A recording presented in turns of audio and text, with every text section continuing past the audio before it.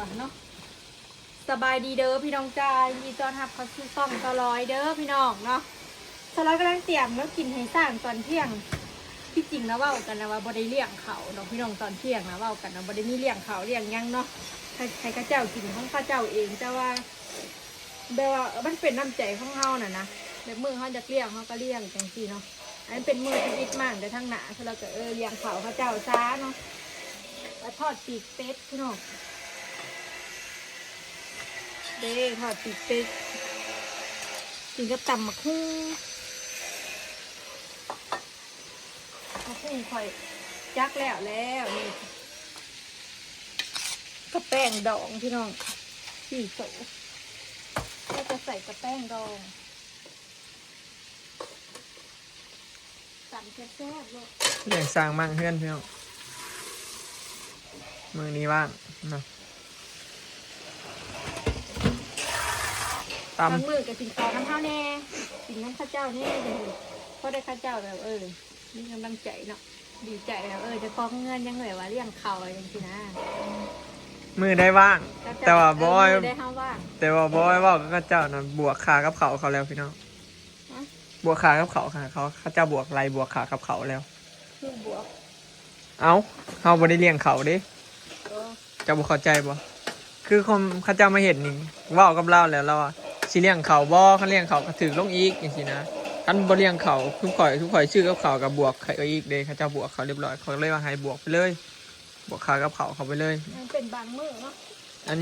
นี้บ่เกี่ยวอันนี้แล้วแต่เฮาสิเลี้ยงบ่เลี้ยงก็แล้วแต่บัดนี้มื้ออัดคณะว่างก็เลี้ยงกันน้ำใจเขามากไก่ได้สั่งอย่างประมาณ45 ลักกูได้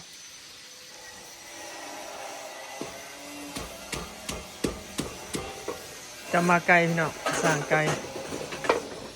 แบบว่าบางมือจะเข้าได้เลี้ยงเขาเจ้าก็จะเข็ดมันเข้าดีจริงๆนะอีกว่าเจาะไม่ใช่เนาะเจ้าไม่ไหวทีเลยน้องเห็ดเป็นคนน่ะมาบริบทนะจะกินเขาเจ้าเห็ด6 คน6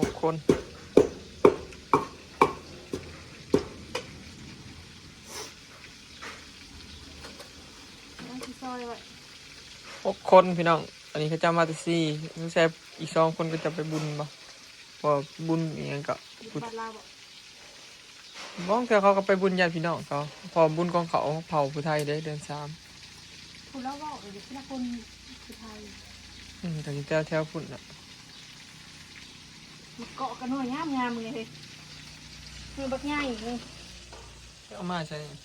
เขาจะมาคลายปีนไก่มาเจ้าหลังคอนเขาจะ3 หน่วยทอดปีกไก่พี่น้องกับตำบักหุ่งคือบ้านเฮาล่ะปีกเป็ดปีกเป็ดปีกไก่เป็ดคลองแก้มแหละแต่ว่าห้ามากินข้าวคอยเอามากินกับเขาเลยมากินปีกมันเข้ากันเดียวเนาะทอดเองก็ทำแล้วเดี๋ยวให้เละเอาไปเบิ่งทอดกำลังเหลืองจ้ามันเผื่อยังน้อยหนึ่งเขาเจ้าก็จะเอามันแล้วก็กินเลยอย่างนี้นะขี้ปุ่นหน่อยทานแตกได้เนี่ยก็ล้างไข่เนี่ยได้เนี่ยมีเสาดำบดแตกกินว่าบ่เห็นอย่างจะได้ได้ทานมันก็ลายเนี่ยไปซื้อทานน้ำข้าวเจ้ามาเฮือนจนเขียวสำบ่ได้ล่างทานจนเบิดเลยทานนะพี่น้องดังแล้วพอมีทานดังสื่อสอบละร้อยพวกจะเป็นยังจากสอบยังปลายสอบนึง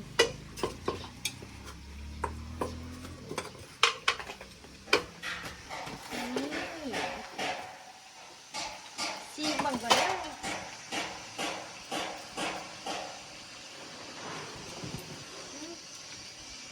ก็ดีจ้ะ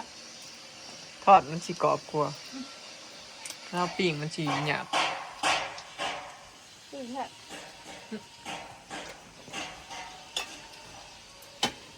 เดี๋ยวตำเหนียวไว้ตำน้ำหลังพี่น้องเพราะว่าสร้างยังก็จะเมายังให้มันแล้วยังก็จะเมายังให้มันแล้วเดี๋ยวสิไปถามก็จะเดี๋ยวสิไปส่องเบิ่งสร้างก่อนว่าแกแล้วบ่พอเจ้ามีงานเด้ ยังมีอีกงานหนึ่งที่ยังพันมาของเราก็คือเจ้ายังไปทิพย์เลย ไปผิดอีกเด้ ตู้อ่ะเขาไปเรื่อย ตัว ๆ เฮา มือเราจะให้ฝากเอาเราเลยโอ้ยคนใหญ่เลยเด้อ เฮ็ดไปเฮ็ดมาแล้วว่าประมาณทิศปุ่นแล้วบ่บอก10 มื้อ นั่นนี่แหละสามเขาบริจาคตัวแล้วเนาะ แบบเขาเฮ็ดกับแบบ เขาเว้าไว้เถื่อกับ จ้าบ่ได้ บ่แน่บ่นอนเนาะพี่น้องเว้าเรื่อง วันสร้าง บ่คือเวียดได้คันเวียดนี่ เขา เฮ็ด ประหยัด เฮือน งา นี่ นเขาเป็นเดินแต่ให้เขาข้ามน้อยเนาะ อืม มากเขาก็ส่งมาจำมันเรื่องมันก็สิเป็นมากแบบนี้ข้าวกระเพราอีกมากนี่เนาะ มาเผายังมากเผาจะเฮ็ดขนาดใส่เดี๋ยวสิไปถามสร้างโอ้สิแล้วเหรอเนาะไวขนาดเนาะ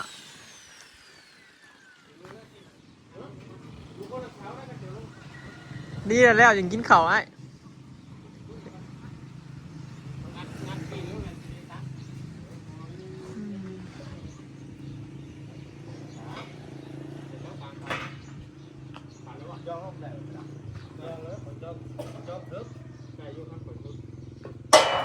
อีกน้อยเดียว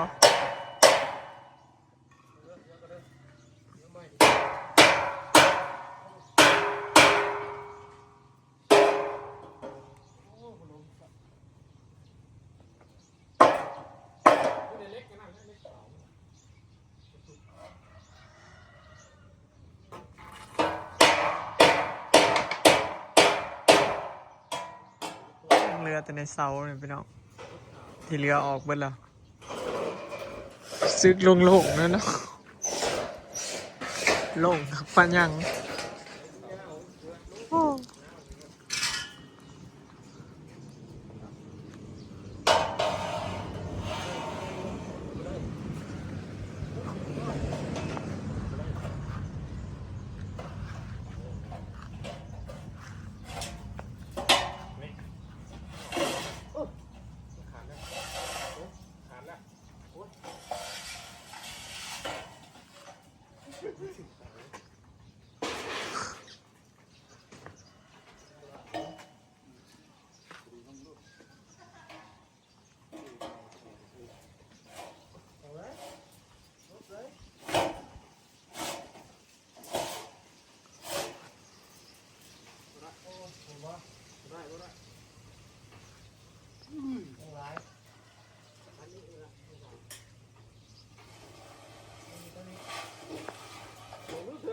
หนูมันขาบเงินไปพันกับอะไรนั่นมาแล้วมานะอย่ามันขาบบักเลียนเขาอันตี้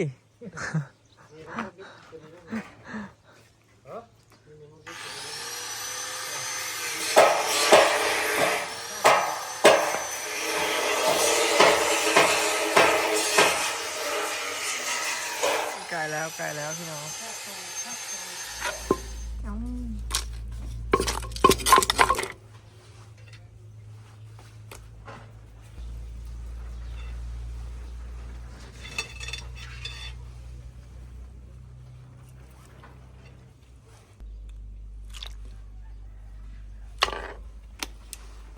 เสร็จประเดกจักสองเนาะ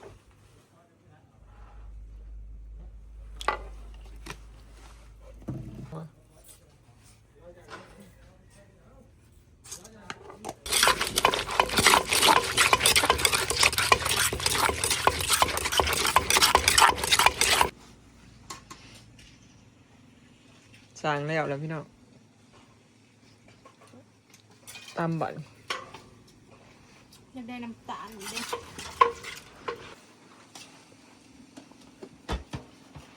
พอดีเที่ยงไว้ขนาด ไว้เนาะมันหับไว้ก็มันก็บริลายอยู่ทางนี้อาจจะ หนาน้อยเดียวนะคอย เขาเจ้ามืออาชีพเนี่ย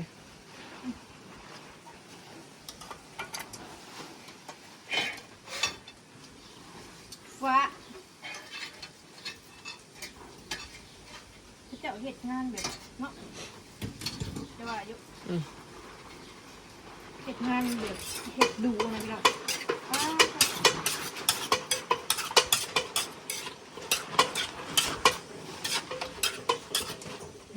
ตามจะแซ่บบ่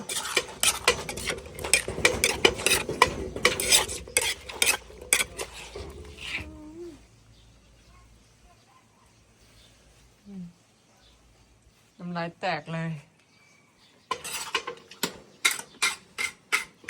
เรียบร้อย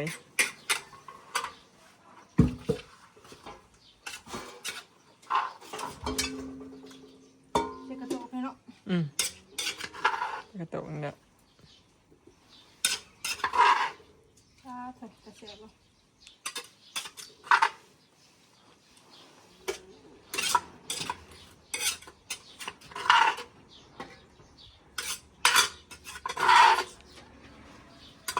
เปิดหั่นต้มตับหูเรื่องเงินพี่น้อง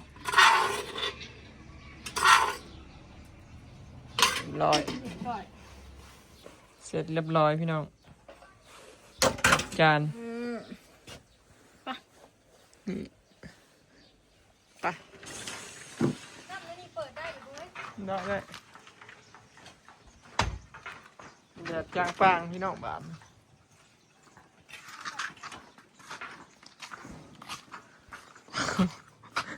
ขาเงิน ล้างมืออยู่ทีเดียว ได้มีก๊อกล้างมืออยู่เลยยังกินกันอยู่ตู้พี่น้อง ก็ได้นั่งกินพุ่น ตู้ก็บ่คอยได้นั่งดอกคนก็บ่คอยได้อยู่เพื่อน